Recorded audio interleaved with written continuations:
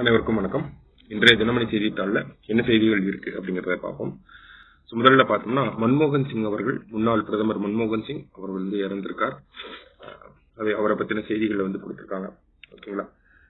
என்ன கொடுத்திருக்காங்க அப்படின்னு பார்த்தோம்னா, பஞ்சாப் மாகாணத்துல 1932ஆம் ஆண்டு பிறந்தவர் தான் நம்மளுடைய மன்மோகன் சிங்.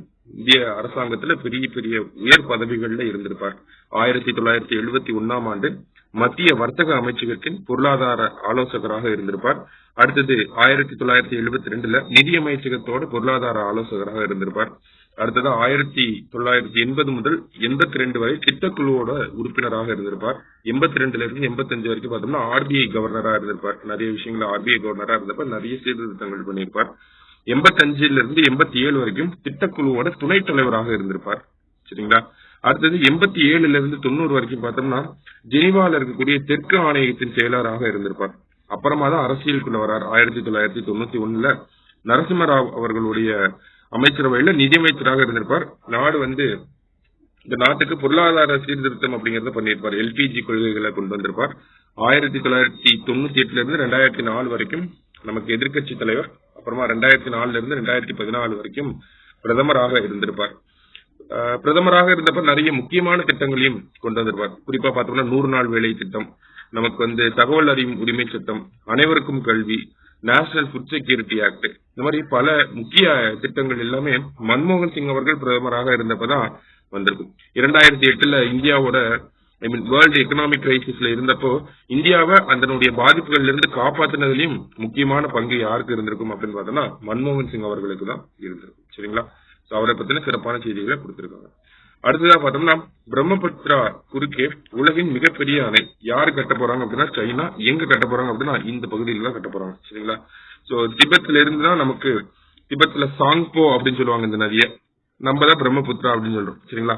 இந்த சாங்போ நதியோட கீழ்வாரத்துல சைனா ஒரு அணையை கட்ட போறாங்க. சரிங்களா? அதனுடைய விளக்கப்படத்தை தான் இந்த இடத்துல கொடுத்திருக்காங்க.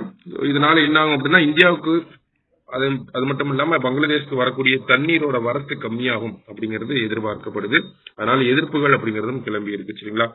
சீனா இந்த ஒரு ப்ராஜெக்டை எடுத்து பண்ண போறாங்க. கிட்டத்தட்ட பார்த்தோம்னா நமக்கு 11 லட்சம் கோடி செலவு பண்ண போறதாக சொல்லியிருக்காங்க. அது மாதிரி இங்க ஒரு ஹைட்ரோ எலக்ட்ரிக் பிளான்ட் அப்படிங்கறத செட்டப் பண்ண போறாங்க. இந்த ஹைட்ரோ எலக்ட்ரிக் பிளான்ட் பார்த்தோம்னா 300 பில்லியன் கிலோவாட் மின்சாரத்தை தயாரிக்கும் அப்படிங்கறதையும் சொல்லியிருக்காங்க. சரிங்களா? இதுல இன்னொரு விஷயத்த நம்ம தெரிஞ்சுக்கணும். இந்தியாவுமே பார்த்தோம்னா பிரம்மபுத்திரால ஒரு அணையை கட்டிட்டு தான் இருக்கும். சரிங்களா? இதே ஒரு அப்ஜெக்டிவ்ஸ் வர, ஆனா சைனாவுக்கு எதிர்ப்பு தெரிவிச்சிருக்கோம். ஏன் அப்படின்னு பார்த்தோம்னா இந்தியாவுக்கு வரக்கூடிய நீர் வரத்து அப்படிங்கிறது கம்மியாயிரும். அதனாலதான் இந்த ஒரு விஷயத்த நம்ம பார்க்கணும். சரிங்களா? ரைட். பேசிக்கா இருந்த செய்தி தான். அடுத்ததா பார்த்தோம் அப்படின்னா நமக்கு இன்றைய திருக்குறள். திருக்குறள்ல இன்னைக்கு எதிரதா காக்கும் அறிவினார்க்கு இல்லை அதிர வருவதோர் நோய் அப்படின்னு சொல்லியிருக்காங்க. வரப்போவதை முன்னே அறிந்து காத்துக்கொள்ள வல்ல அறிவுடையவருக்கு அவர் நடுங்கும்படியாக வரக்கூடிய துன்பம் ஒன்றுமில்லை அப்படின்னு சொல்றாங்க.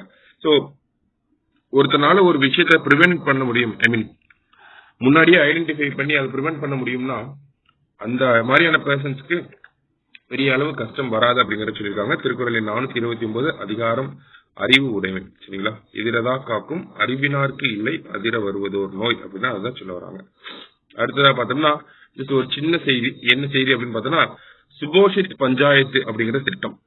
இந்த சுபோஷித் பஞ்சாயத்து அப்படிங்கிற இந்த திட்டம் பார்த்தோம்னா நியூட்ரிஷனல் என்ஹான்ஸ்மெண்ட் இன் வில்லேஜஸ், அதுதான் இந்த திட்டத்தினுடைய அப்ஜெக்டிவ். அந்த வார்த்தையை தெரிஞ்சு வச்சுக்கோங்க. கிராமங்களில் ஊட்டச்சத்தை மேம்படுத்தும் சுபோஷித் பஞ்சாயத்து திட்டத்தை பிரதமர் மோடி தொடங்கி வைத்தார் அப்படிங்கறத மட்டும் தெரிஞ்சுக்கோங்க. சுபோஷித் பஞ்சாயத்து அப்படின்னா நியூட்ரிஷனல் என்ஹான்ஸ்மெண்ட்காக பண்ணியிருக்காங்க. சரியா? அடுத்ததா பார்த்தோம்னா நமக்கு இந்த பால் புரஸ்கார் விருதுகள் அப்படின்னு சொல்லுவாங்க. தேசிய குழந்தை விருதுகள், ராஷ்டிரிய பால புரஸ்கார் விருது இந்த வருஷம் பார்த்தோம்னா 17 பேருக்கு இந்த பால புரஸ்கார் விருது அப்படிங்கிறது வழங்கப்பட்டிருக்கு. யார் யாருக்கு கொடுத்திருக்காங்க அப்படிங்கறத தெரிஞ்சுக்கிறத விட எத்தனை பேருக்கு கொடுத்திருக்காங்கன்றத மட்டும் தெரிஞ்சுக்கிட்டா போதும். வருஷம் டிசம்பர் 26ஆம் தேதி இந்த பால புரஸ்கார் விருது அப்படிங்கிறது வழங்கப்படும். இந்த வருஷம் 17 பேருக்கு கொடுத்திருக்காங்க. சரியா? இன்னைக்கு இருந்த முக்கியமான ஆர்டிகல்ஸ் பார்த்திருக்கோம். நன்றி.